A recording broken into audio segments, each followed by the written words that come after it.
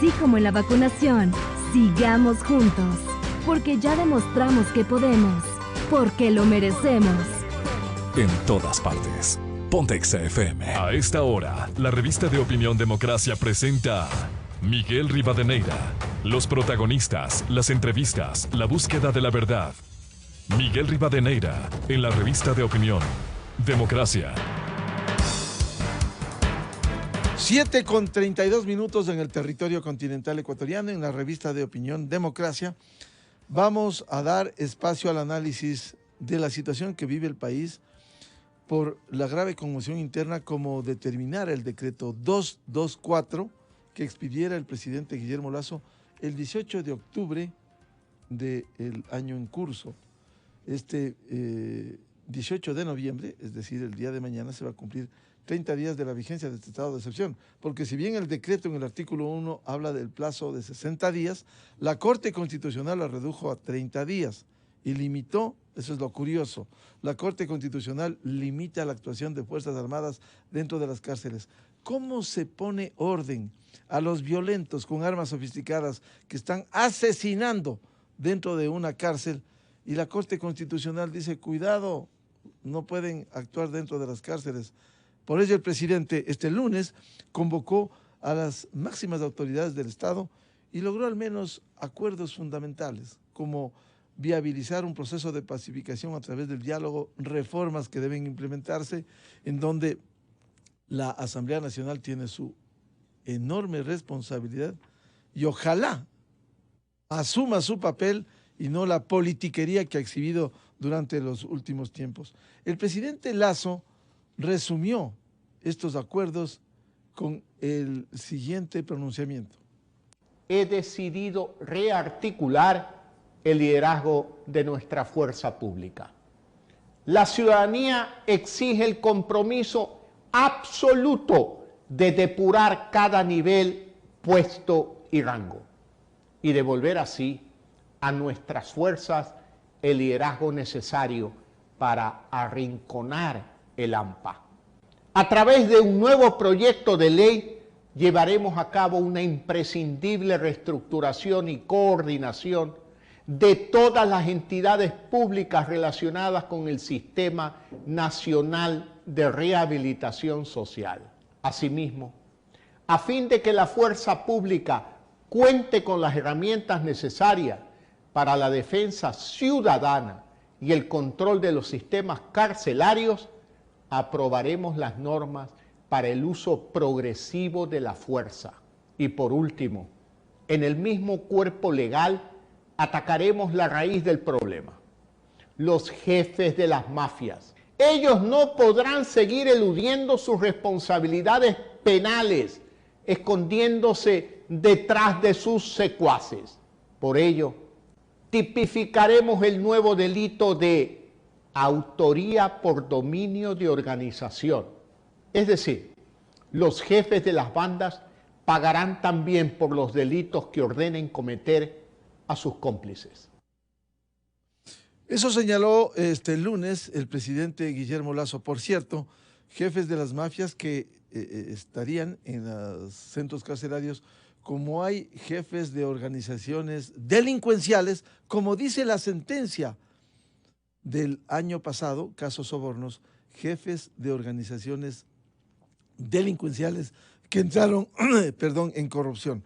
Quiero dar la bienvenida a los invitados de la revista de Opinión Democracia, al coronel Alberto Molina, al doctor Francisco Huerta Montalvo y a la doctora Steffi Alvear, criminóloga.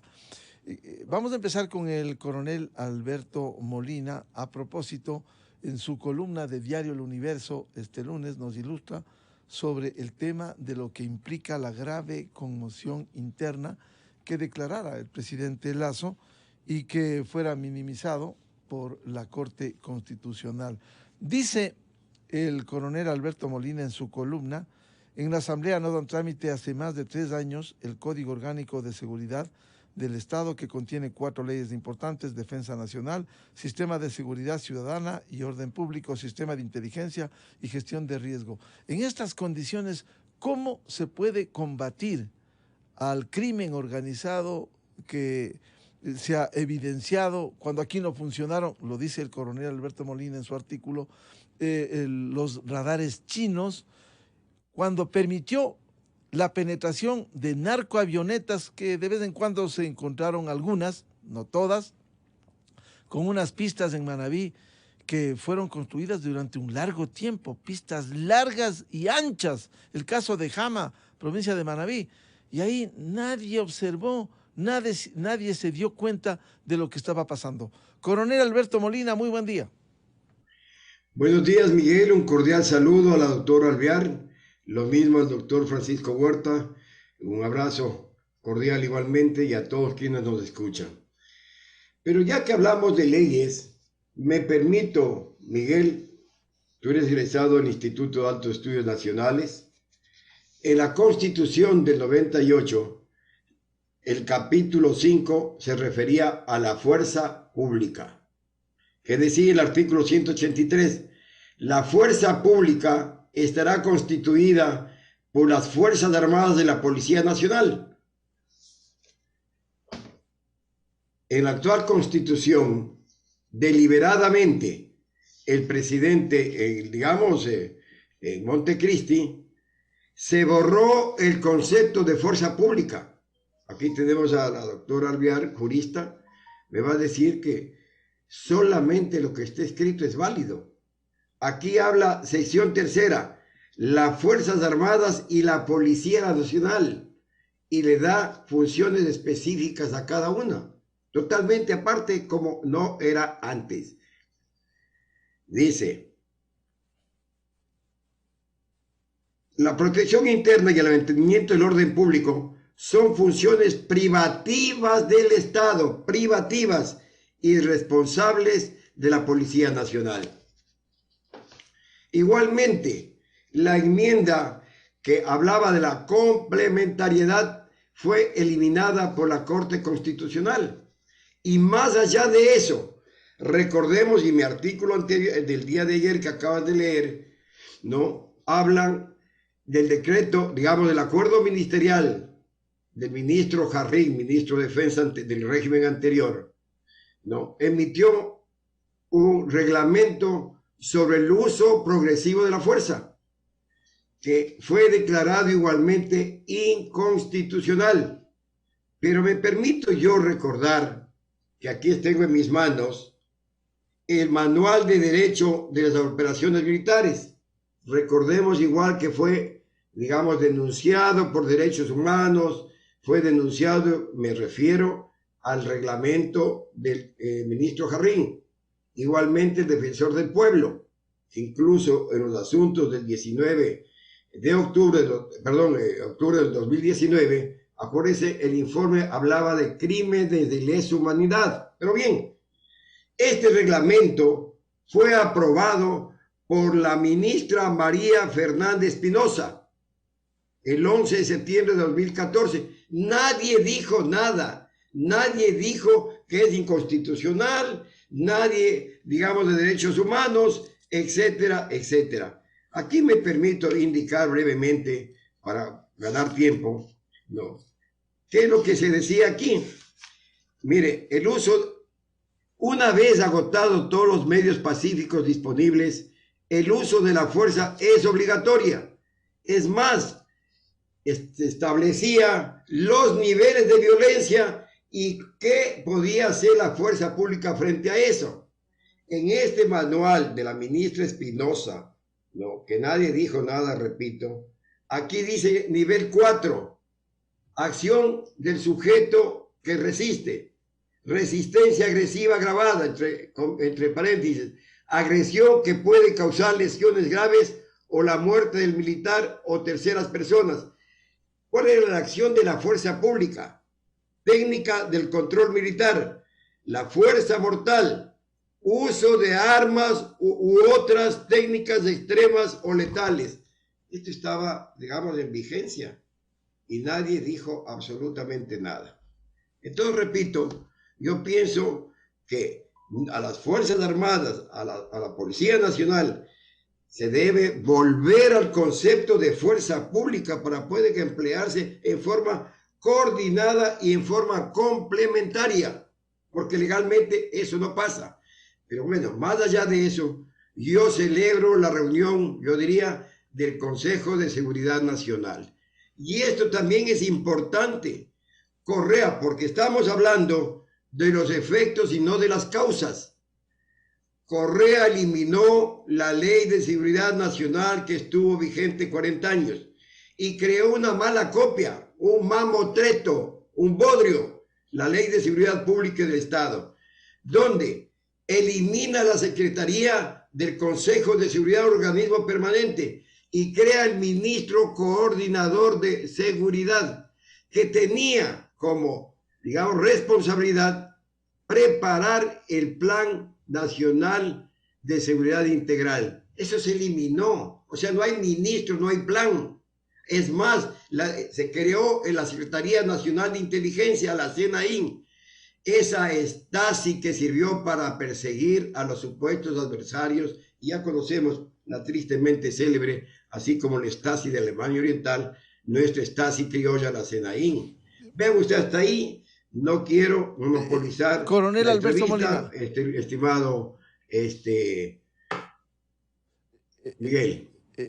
Coronel Molina, usted reivindica la vigencia de este Manual de Derecho de Operaciones Militares del Ministerio de Defensa Nacional, es lo que usted ha señalado. Sí, señor, porque nadie cuestionó, como en el caso del reglamento del general Jarrín, que fue declarado inconstitucional, el uso progresivo y racional de la fuerza.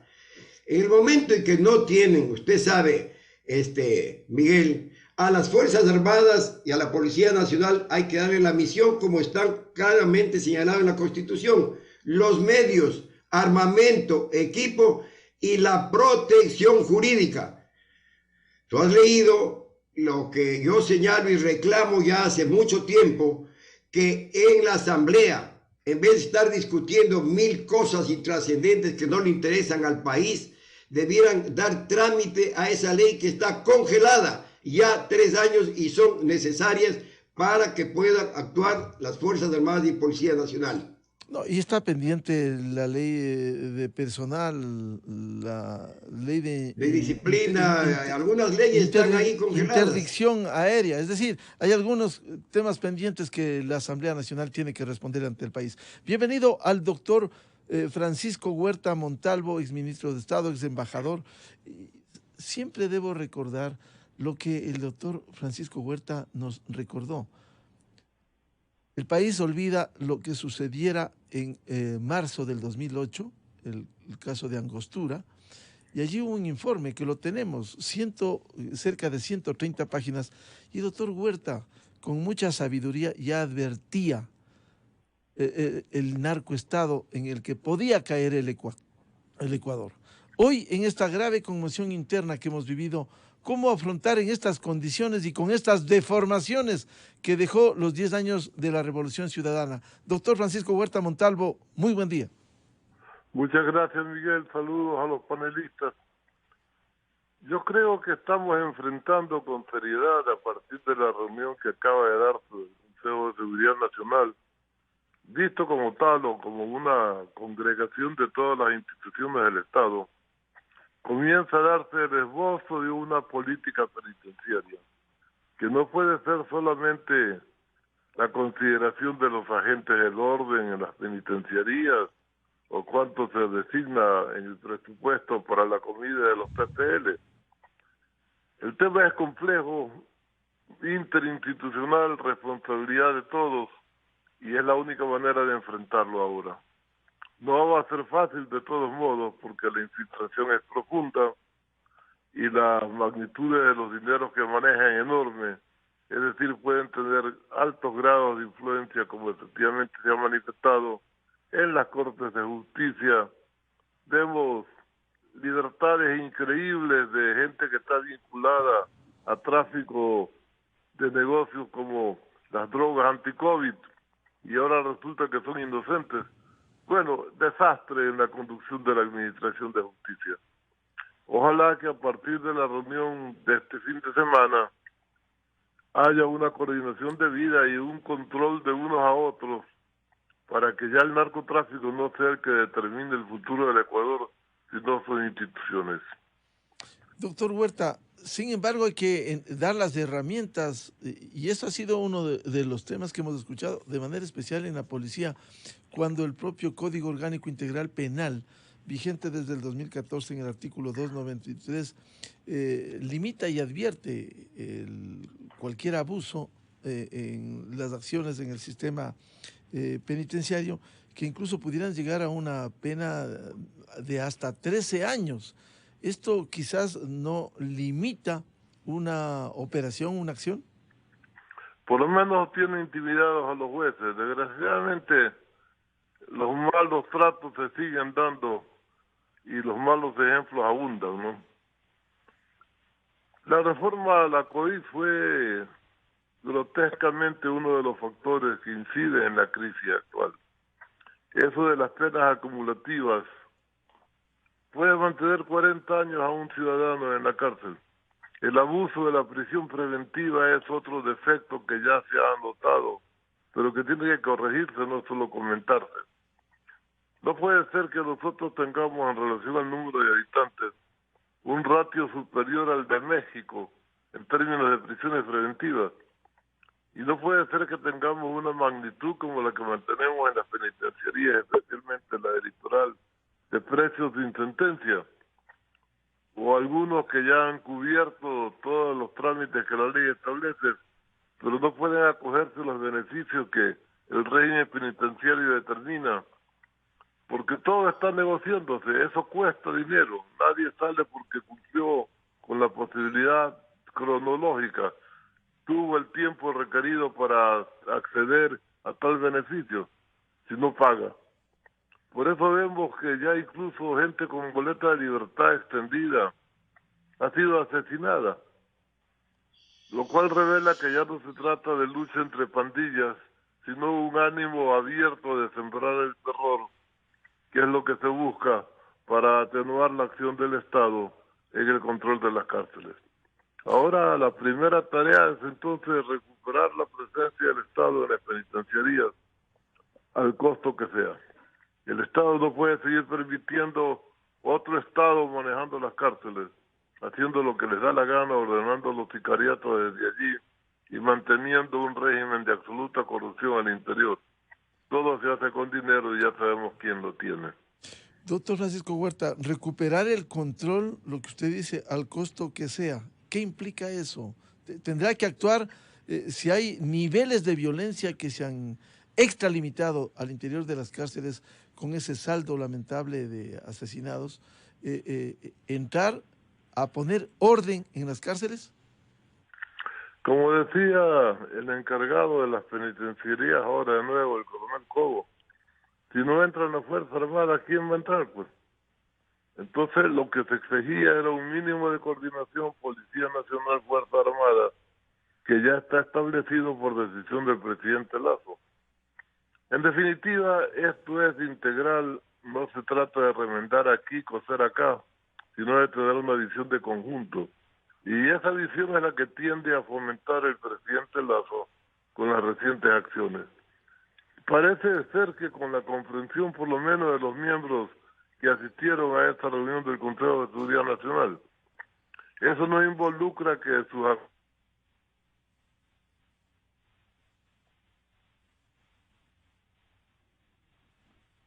el país no se da cuenta en la magnitud de los riesgos que estamos metidos y creen que esto es simplemente una revuelta penitenciaria. Yo sostengo que de lo que se trata es del afán de tomar el control de las penitenciarías para seguir avanzando a tomarse el control del Estado por parte de las mafias que han demostrado su manera de actuar en países como México, Colombia, y que ahora quieren retomar el Ecuador que lo tuvieron bajo su dominio en la década infame. Doctor Francisco Huerta, ¿y la actuación de la Corte Constitucional cómo calificaría usted? Ellos se tratan de someter para también cubrirse pensando, igual que los policías, de las posibles sanciones ex post. Ya la Corte Interamericana de Justicia ha hecho llamamientos por el abuso de la prisión preventiva. Entonces, se cubren con que las Fuerzas Armadas no pueden entrar a intervenir en las penitenciarías, pero ¿quién pone orden entonces? ¿Qué más agresión externa que la que estamos viviendo por parte del narcotráfico para que sin violar nada en la Constitución se posibilite que las Fuerzas Armadas puedan entrar a las penitenciarías a retomar el control del Estado en esos centros penitenciarios? Bienvenida a la doctora Steffi Alvear, experta criminóloga. ¿Cómo ve esta situación, doctora Alvear, en estas condiciones complejas, difíciles, la situación carcelaria, la situación de la violencia, el narcotráfico que incide y la reacción que ha tenido el Estado con estas observaciones que ha hecho la Corte Constitucional? Muy buen día. Buenos días, muchas gracias por la invitación. Realmente este es un problema súper complejo y que hay que tratarlo así. Es importante entender que un problema de esta magnitud no tiene una solución simple. Hay que atacar el problema desde varios puntos y hay que emitir soluciones tanto a corto, mediano y largo plazo. Desde el punto de vista criminológico, lo ideal como una solución a corto plazo sería solucionar el tema de la prisión preventiva. Realmente en nuestro país se ha abusado muchísimo de la prisión preventiva y existe gran cantidad de personas sin sentencia en las cárceles. Entonces, esto es simple. Lo que hay que hacer es que los fiscales dejen de solicitar prisión preventiva por todos los delitos y que se solicite la prisión preventiva como última ratio y cuando sea realmente necesario. Ahora, sería importante también, por ejemplo, activar otras formas de pena, como penas no privativas de libertad. En este caso, por ejemplo, la prisión domiciliaria es una opción que no se toma en cuenta y que podría servir muchísimo. Otro punto que se puede hacer a corto plazo es el tema de los regímenes semiabiertos. Solo para poner un ejemplo, el SNAI se demora más o menos 6 meses en realizar los informes que se necesitan para que una persona pueda obtener su régimen semiabierto. Entonces hablamos de gente que ya tenía que salir hace 6 meses, pero sigue ahí. ¿Por qué? Porque posiblemente no existe la cantidad de analistas adecuados como para que puedan trabajar de manera más eficiente y que se puedan emitir todos estos informes para que después el juez de garantías penitenciarias también pueda hacer su trabajo. Hay que tomar en cuenta también el tema de la progresividad en el tratamiento penitenciario. Justamente estos regímenes semiabiertos tratan de que exista progresividad, pero no podemos hablar de progresividad en la rehabilitación si es que tenemos una persona que fue sentenciada, por ejemplo, a 15 años y se trata de que la persona salga con un régimen semiabierto a los 8 o 9 años. Ahí no hay progresividad en el tratamiento porque la persona estuvo 8 años encerrada y eso obviamente va a afectar su rehabilitación. Ahora, como medidas a mediano plazo, realmente hay que tomar muchísimo en cuenta el tema de los agentes penitenciarios. Yo no creo que la solución sea que tanto las Fuerzas Armadas como la policía se hagan cargo de la seguridad dentro de las cárceles. Realmente puede que esto nos funcione por un tiempo, pero hay que atacar el problema de raíz y este ataque consiste en que existan agentes penitenciarios que sean capaces de mantener el orden. Y sobre todo que exista la cantidad de agentes penitenciarios necesarios para el número de presos que nosotros tenemos. La Corte Interamericana nos dice que tiene que haber un agente por cada 10 personas privadas de libertad. Y, por ejemplo, hasta el año 2020 teníamos 1.480 agentes para 37.965 presos. Entonces, obviamente los agentes penitenciarios no van a alcanzar a hacer bien su trabajo si no existe la cantidad de agentes necesarios. Y obviamente estamos hablando de condiciones normales, ¿no? En el caso de la penitenciaría del Litoral, por ejemplo, en el que tenemos máxima seguridad y tenemos presos mucho más violentos, entonces evidentemente se van a necesitar más agentes penitenciarios para lograr mantener el control. Yo he pensado también como una solución que posiblemente mucha gente no estará de acuerdo, pero es una solución que nos va a servir y es el tema de la extradición. Si estamos hablando ya de mafias organizadas, y nosotros como Estado no tenemos las herramientas para rehabilitar a esas personas. Entonces, la extradición, firmar un acuerdo de extradición con Estados Unidos, por ejemplo, sería una buena opción. Obviamente se tendría que hacer una reforma constitucional porque la Constitución prohíbe esta situación. Pero algo mucho más profundo que hay que tomar en cuenta y que se tiene que hacer es la creación de un verdadero sistema de rehabilitación.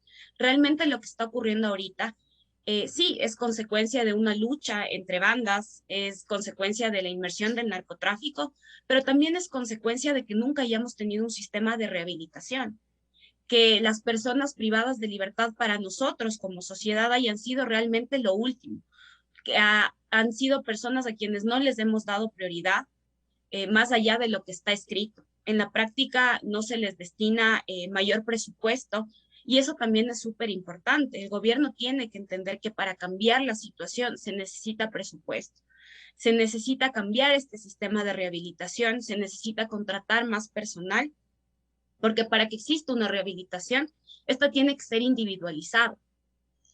Entonces, la persona tiene que ingresar al centro de rehabilitación, tiene que atenderle un psicólogo y de manera individualizada elaborarle un plan de rehabilitación.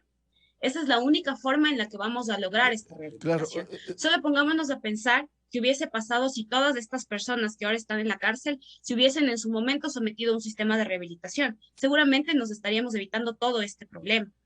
Pero es algo en lo que el Estado tiene que invertir y es algo en lo que el gobierno tiene que capacitarse también. Tienen que llamar a criminólogos porque las soluciones más profundas se van a obtener, a través de la criminología. Doctora Estefi Alvear, lo que usted ha dicho ha tocado temas de fondo dentro de estos regímenes que ha descrito usted. Por ejemplo, más agentes penitenciarios que deben ser debidamente capacitados. El tema de la rehabilitación social que no existe. Lo único que cambiaron en los 10 años del gobierno de la Revolución Ciudadana son los nombres de SNAI, PPLs, en lugar de presos. Esa es la verdad, presos. Los PPLs, lo que cambiaron son los términos y los temas de fondo estructurales, como bien dice usted. Seguimos hablando de lo mismo.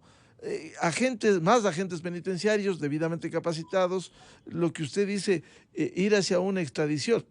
Lastimosamente, en Montecristi, y eso tiene que saber el país, pusieron que no habrá extradición, como usted bien anota, tendría que haber una reforma constitucional. ¿Cómo cambiar este esquema, esta realidad en la práctica? Porque lo único que se ha hecho, yo recuerdo en el gobierno de los 10 años de la Revolución Ciudadana, en diciembre de 2007 se declaró la primera vez la emergencia carcelaria. ¿Y qué le ha dejado al país eso? ¿Más presos en las cárceles, doctor Alvear? Sí, completamente. Tenemos más presos. Lo que nos dejó son cárceles más grandes, que significan realmente un problema en lugar de una solución. Porque como tenemos tan pocos agentes, evidentemente no se pueden hacer cargo de estas cárceles tan grandes. Y el problema es que sí, se invirtió un poco más en temas de rehabilitación, pero solo de forma. El fondo, como usted dice, sigue siendo el mismo. Se construyeron cárceles, como les digo, más grandes, sin una planificación, porque en la rehabilitación incluso incide el lugar en el que la persona está cumpliendo su pena. Y esas cárceles que tenemos ahora con tan poca luz, no van a permitir que la persona se rehabilite. Aparte, se construyeron las cárceles en lugares como Cotopaxi, que no son los ideales por el frío, porque no tienen servicios básicos. Por las amenazas, doctor Alvear, por las amenazas que en el caso de una erupción del Cotopaxi. Es decir, correcto, sin ningún sentido. Eso dijo el Instituto Geofísico de la Escuela Politécnica Nacional. Cárceles quizás dentro de este mal, la de Santo Domingo de los Áchilas, que es una de las últimas y que se ha dicho que sí responde a las necesidades. La cárcel anterior, la de Rodeo, que tiene un amplio espacio y se podía hacer rehabilitación en el agro, pero el resto de cárceles lo que ha hecho es solo un hacinamiento, doctor Alvear. Sí, totalmente. Parece que lo que hicieron fue construir estructuras que puedan albergar a más personas privadas de libertad. Y ese no es el objetivo. El objetivo es que se rehabiliten. Y justamente lo que usted menciona, por ejemplo, nunca se ha tomado en cuenta en nuestro país, y es estas cárceles que permiten o que unen la rehabilitación con el agro. Sería súper importante que entendamos que si la estructura carcelaria que nosotros tenemos no funciona, entonces lo lógico no es seguir en lo mismo, es cambiar, es buscar nuevas alternativas a la rehabilitación. Pero como les decía en un inicio, eso inicia con presupuesto, y eso es lo que nunca se le ha dado a los temas de rehabilitación. Bien, con este entorno quisiera plantearle al coronel Alberto Molina cómo enfrentar este desafío de la grave conmoción interna.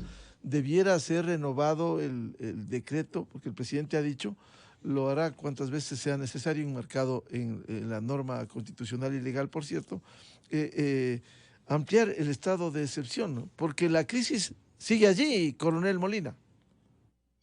Bueno, yo creo que los estados de excepción en realidad son nada más que paliativos. No han resuelto absolutamente nada. Yo creo que las medidas deben darse a corto, digamos, inmediatas unas, otras a corto plazo y otras a largo plazo, porque como hemos señalado, mire, el tema estructural. Y además, miren cómo se ha manejado el tema carcelario, ha sido a palo de ciego, pues. Primero, las cárceles estaban bajo la autoridad del Ministerio de Gobierno. Correa vino y creó el Ministerio de Justicia y creó el SNAI. Viene Moreno y elimina el Ministerio de Justicia y le hace prácticamente autónomo con la comisión técnica del SNAI, que nunca se reunió y que tiene, digamos, la obligación, ¿no?, de crear las políticas. Son varios ministerios orientados a la rehabilitación. Coronel Molina, si me permite, se eliminó el Ministerio de Coordinación de Seguridad, que se creó en la ley. Justamente yo me refería a eso. Sí.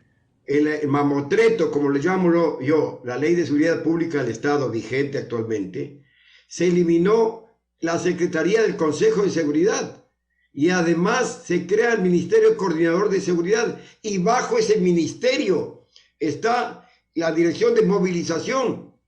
Ahora la movilización no sabe dónde está. Igual, el IAEN, que estaba bajo, digamos, la autoridad de la Secretaría del COSENA, ¿no? Ustedes ven que se convirtió en una escuela ideológica. La gestión digamos, la defensa civil, que funcionaba enormemente bien. Crearon la gestión de riesgo. ¿Para qué? Para que crear más, digamos, burocracia, y le dio categoría de ministerio. Vean dónde está la directora, está, digamos, procesada. Es decir, todo se hizo mal. Y algo que en realidad no opinamos o no consideramos o no recordamos, que después del ataque a Angostura, no solamente que, digamos, no se renovó el convenio para darle facilidades al FOL o al grupo de avanzada de los norteamericanos, y no dio alternativas, porque decía muy bien, se van los gringos, el imperialismo, la soberanía, ahora vamos a ver pues cubanos, vamos a ver aquí con la altísima tecnología que ellos tienen, los rusos, Corea del Norte, qué sé yo, a Gaddafi, a Lukashenko. No hubo ninguna alternativa. Es más, y esto es gravísimo, ¿no? Se rompió relaciones con Colombia, señores. 3 años, casi 3 años. Normalmente teníamos reuniones en la que se llamaba la Comisión Binacional Fronteriza, la Conbifron, donde, acuérdate, eso vimos pues en el IAEN. Entonces permanentemente yo mismo tuve varias oportunidades de estar en reuniones donde se intercambiaba información. Casi 3 años no tuvimos ninguna información, amén de los radares pues chinos. Recién en abril del 2017, ojo, empezaron a funcionar los radares españoles, porque Correa, claro, Dalis, ahí están instalados, nosotros dejamos instalados, pero no recuerda este cínico que casi no tuvimos durante casi 10 años ningún tipo de defensa. Es más, compraron los chitas, aviones a medio uso a Sudáfrica que no tuvieron 5 años de vida. Es más, los DRUV, ¿para qué vamos a hablar de los DRUV? Aviones no tripulados para el control, digamos, de la naval, no sirve ninguno. Los aviones Mirage que regaló, recuerda, amables oyentes, recuerden, 6 aviones Mirage que son basura que estorba en la base de Manta. El gobierno bolivariano de Chávez y luego Maduro. Claro, fíjense ustedes, todo esto tiene que ver con los antecedentes, ¿no? De manera que, mire, prácticamente el gobierno ha estado atado de pies y manos, porque si bien es cierto, me refería al estado de excepción, que constitucionalmente está establecido, ¿no? La movilización de las Fuerzas Armadas, pero totalmente restringidas. Las Fuerzas Armadas lo que han hecho permanentemente es el control de armas, pero igual las fronteras, señores, el Estado ha llegado tarde, malo nunca, y me refiero a una frase que desnuda todo lo dramático del cordón fronterizo, especialmente norte, de un periodista justamente del diario El Comercio, Dimitri Barreto. Mataje está en el Ecuador, pero Ecuador no está en Mataje. No hay, pues no, presencia del Estado con escuelas, carreteras, apoyo a la agricultura. Todos ellos se están trabajando. Unos trabajan en los cultivos de la hoja de coca, otros en la minería ilegal, otros en el procesamiento de la droga, y tienen los mejores aliados del mundo. Por eso es que cuando descubren las patrullas, por ejemplo, descubrieron hace un par de meses un cristalizadero, hasta las ollas estaban calientes. ¿Por qué? Porque les alertan el tendero, en los lupanares, es decir, todo el mundo son aliados porque de una u otra forma viven del negocio de la droga. Y luego, los canales están abiertos en las 2 rutas que se conoce de la droga, porque Colombia está produciendo 1.500 toneladas de droga. El 40 o 50% pasa por el Ecuador, que se ha convertido en una plataforma de distribuidor continental. Por eso es necesario, y ahora digamos el presidente que ha hecho bien, primero en reunir a todas las autoridades, una especie de Consejo de Seguridad ampliado, para que todos asuman su propia responsabilidad, pues. El gobierno, obviamente, tiene que garantizar la seguridad ciudadana, pero tiene que ver ahí la justicia, el Consejo de Judicatura, tiene que ver el Consejo de Participación Ciudadana, tiene que ver, es decir, todos los elementos del Estado que tienen que coadyuvar, y la ciudadanía. Muchas veces dicen los GAT, ¿no? Estas organizaciones, digamos los cantones, las parroquias, también tienen que arrimar el hombro. Aquí en Guayaquil, la señora alcaldesa, que tiene seguramente recursos, lo que ha hecho es, señores, aquí tienen patrullas, aquí tienen motocicletas, aquí tienen cámaras, y digamos, ha hecho un gran aporte, y yo creo que el resto de municipios, dejando a un lado cuestiones no necesarias, inmediatas, coadyuvar a la seguridad del Estado. Todos tenemos esa responsabilidad. Doctor Francisco Huerta Montalvo, ¿el endurecimiento de las penas puede contribuir? Le pregunto a esto. El doctor Stalin Raza ha remitido un proyecto al secretario jurídico de la presidencia sobre el nuevo delito para sancionar a líderes de las bandas, y dice el borrador: será sancionado con 7 a 13 años de pena privativa de libertad quien organice, lidere o promueva levantamientos, motines, reyertas o cualquier otra conducta que desencadene en violencia generalizada al interior de centros de rehabilitación social. La pena se incrementará de 19 a 22 años si como resultado de dichos eventos se produjera la muerte de una persona, y se acumulará hasta los 40 años en caso de muerte de 2 o más personas. Esto puede cortar lo que se ha evidenciado, al menos este año, esas masacres en la cárcel de Guayaquil.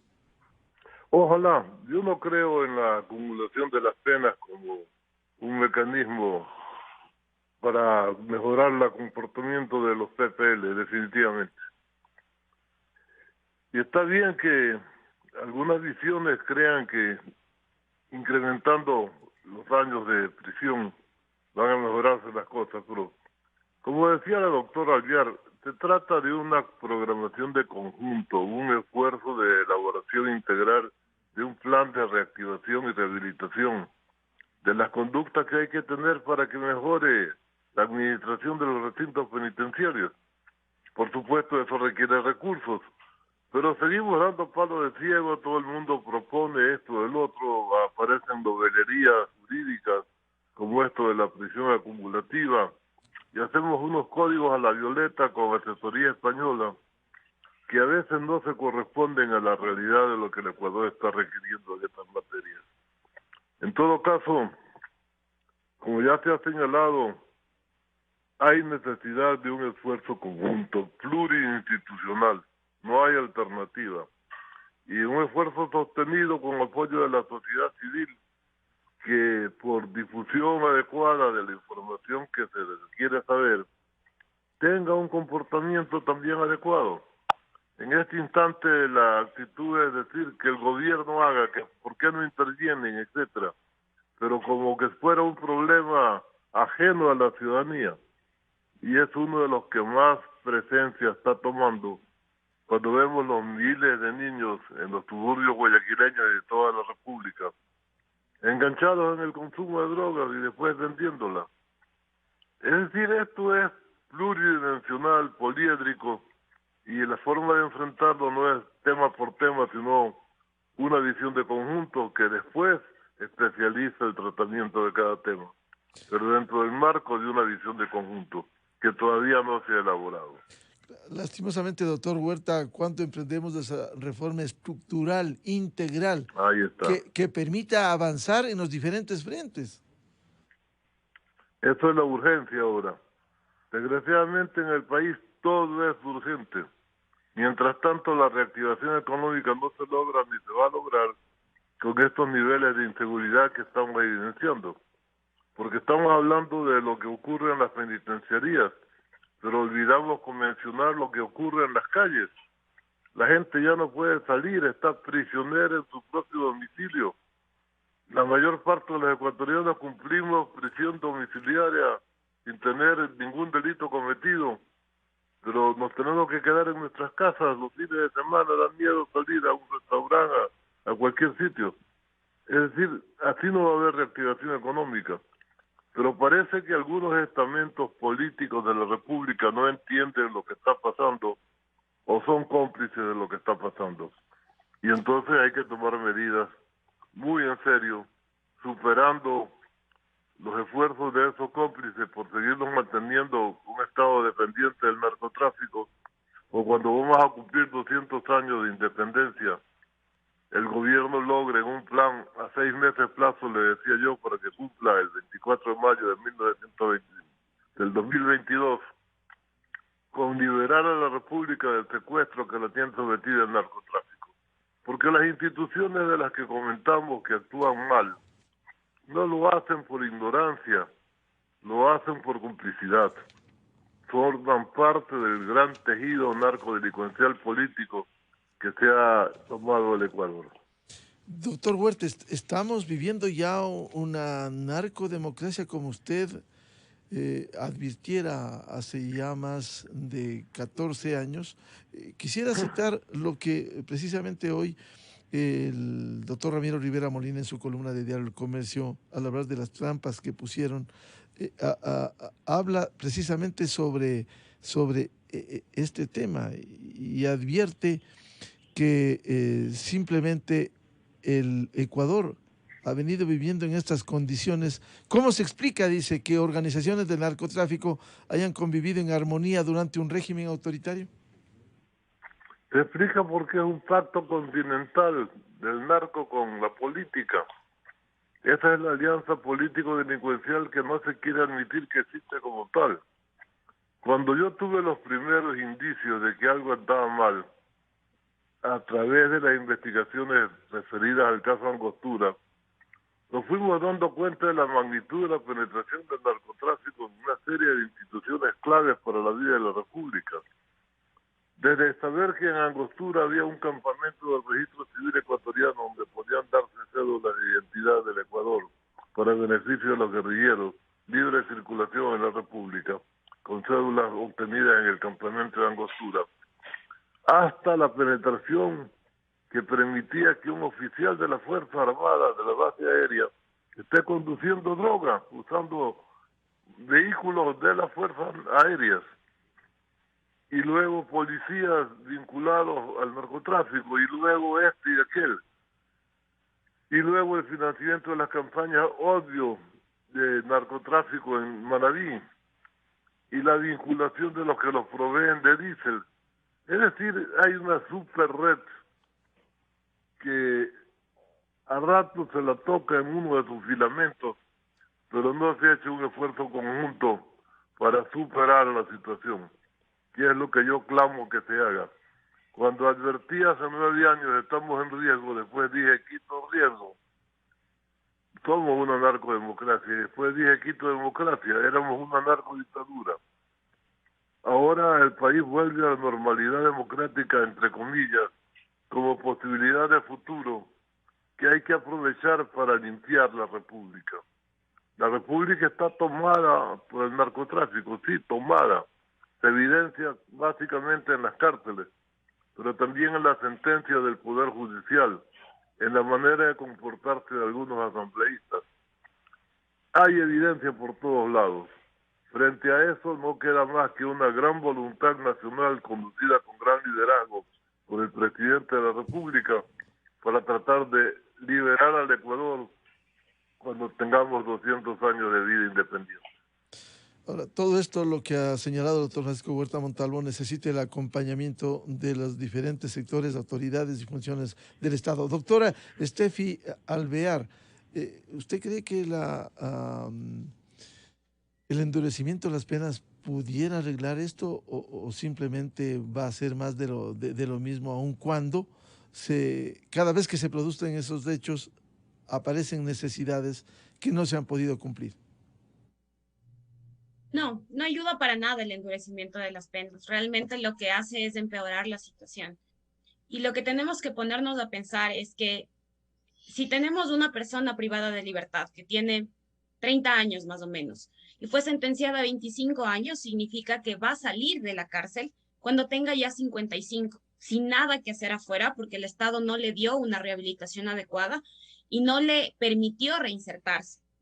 Entonces, después de todo este tiempo, si la persona sabe que va a salir a seguir haciendo lo mismo, entonces le da perfectamente igual que le den 25 o que le den 40 años, porque la violencia que estamos viviendo no se va a solucionar con este endurecimiento de penas, se va a solucionar teniendo un plan de rehabilitación. ¿Y debiera incluirse la sanción a los líderes de las bandas que han cometido estos hechos atroces dentro de las cárceles? Realmente el tema del dominio por organización o la autoría por dominio de organización, como se está mencionando, ya existe en el COIP. Ya está. Ya tenemos una autoría mediata que se adapta a esta situación. Entonces, tipificar lo que ya está tipificado también resulta a veces un poco ilógico. Lo que sería es aplicar lo que está. Correcto. Es básicamente lo que se tiene que hacer. ¿Y en eso, doctor Alvear, no ha acompañado la justicia? No, para nada. Creo que en ese sentido también necesitamos fiscales mucho más capacitados, que estén en las condiciones de entender qué es lo que significa este tema de autoría por dominio de organización, para que lo puedan aplicar cuando sea necesario. Bien, quiero agradecer la participación en este debate sobre la situación interna, la grave conmoción interna, como señalara el decreto del presidente Lasso el 18 de octubre, decreto 224, y que este 18 de noviembre se cumplen los 30 días determinados por la Corte Constitucional de su vigencia. Muchas gracias al coronel Alberto Molina, experto en seguridad, al doctor Francisco Huerta Montalvo, exministro de Estado, y a la doctora Steffi Alvear, criminóloga y experta en este sentido. Muchas gracias su participación en la revista de Opinión Democracia. Gracias, Miguel. Saludos a los familiares. Gracias. Gracias, Francisco, Alberto. Muy amable y a las órdenes. Muchas gracias. 8:21 minutos en el territorio continental ecuatoriano, en la revista de Opinión Democracia. Vamos a una pausa publicitaria y ya volvemos para hablar Temas pendientes en la Asamblea Nacional y también en el Ejecutivo, como la reforma presupuestaria, la reforma tributaria, la crisis carcelaria. Con dos invitados, los asambleístas Vilma Andrade, de Izquierda Democrática, y César Ron, independiente. Miguel Rivadeneira en la revista de Opinión Democracia.